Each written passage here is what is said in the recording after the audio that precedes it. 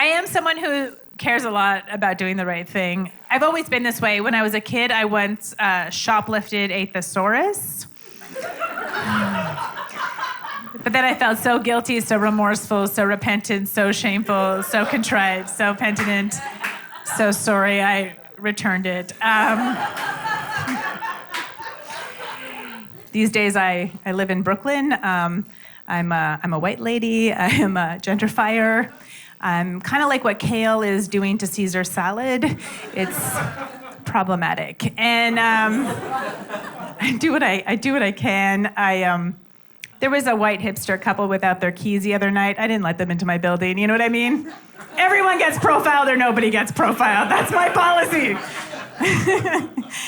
So my wife and I were here in New York at Christmas, a Muslim and a Jew. We had some time on our hands. We were alone. We were unsupervised. And I was scrolling through Facebook, and an event popped up organized by a woman I know. And it was a Kwanzaa bar crawl to support Black-owned businesses. And I was like, perfect. Support Black-owned businesses. That's something I read I could do as an ally on many blogs that I read, cross-referenced even. And I was excited. I snapped up 2 tickets. I told my wife. She was excited. We're like, this Jewish-Palestinian lesbian couple, we're doing Kwanzaa, you know? And I feel your hesitation, and it is well-founded. In fact, yeah. I wish I had gone to the website. It was very clear. Have you guys ever shared an article you only read the headline of?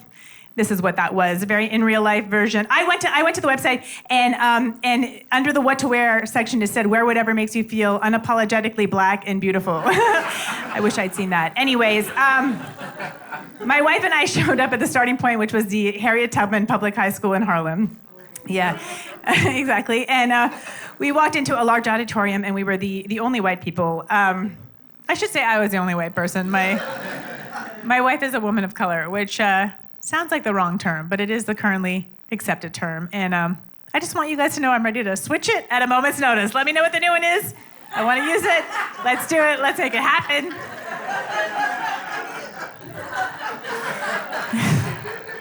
So I was like ready to just like skip out, you know, quietly slip away. And but this man got on stage to explain Kwanzaa. My wife was like, well, we might as well learn about the holiday. And I was like, good point. So we sit down, and he explains that Kwanzaa is an African-American holiday rooted in the Black nationalist movement of the 1960s. And then, I don't know if he sees me, but he says, but everyone is welcome. You know? And I was like, feel this spotlight shine down on me. I'm like, I guess we're in for one bar on this crawl. That seems reasonable. Let's do it, you know? And he explains that Kwanzaa is 7 days, and every day celebrates a different principle, like unity, self-determination, creativity. And every day is marked by the lighting of a candle that goes in a candelabra. And the candelabra, it looks just like a menorah. It's a menorah. I mean, they call it a kenora. I'm not even making that up. And the first Kwanzaa, they didn't have the kenora set up, so they just took a menorah and they broke off 2 branches. I know. A little piece of me was like, maybe it's good I'm here. Now I can report back to the Jews about what I've learned.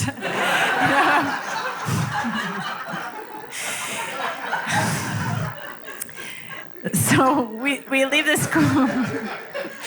We leave the school and we to meet our group and whatever. And as we're leaving the school, there's like some local media and event photographers outside. And I'm just like doing everything I can not to get in a photograph. Like, I don't want any record of this. I just know I could so easily become a meme on the internet. Like, they're so popular, just like white woman gets bored of Coachella, decides to own Kwanzaa. I can't have that.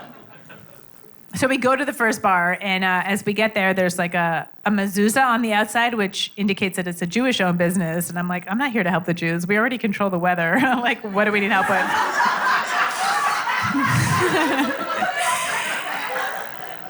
So we meet the group, and everyone's like a young single professional, which of course they are. It's a bar crawl, that makes sense, And I think it's going to make things better if I let people know that I'm not there to pick anybody up, right? So I'm just like, hi, I'm Jess. I'm a lesbian. This is my wife Iman. She's a lesbian too.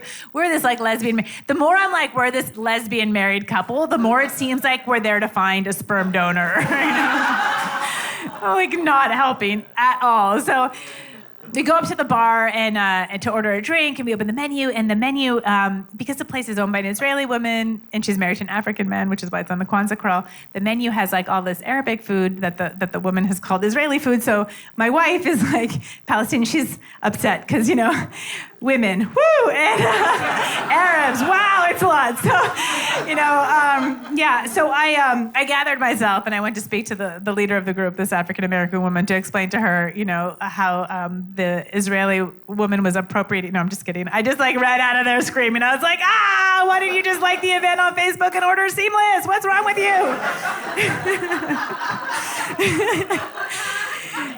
Anyway, I don't know if you guys have ever done something so woke that it feels racist.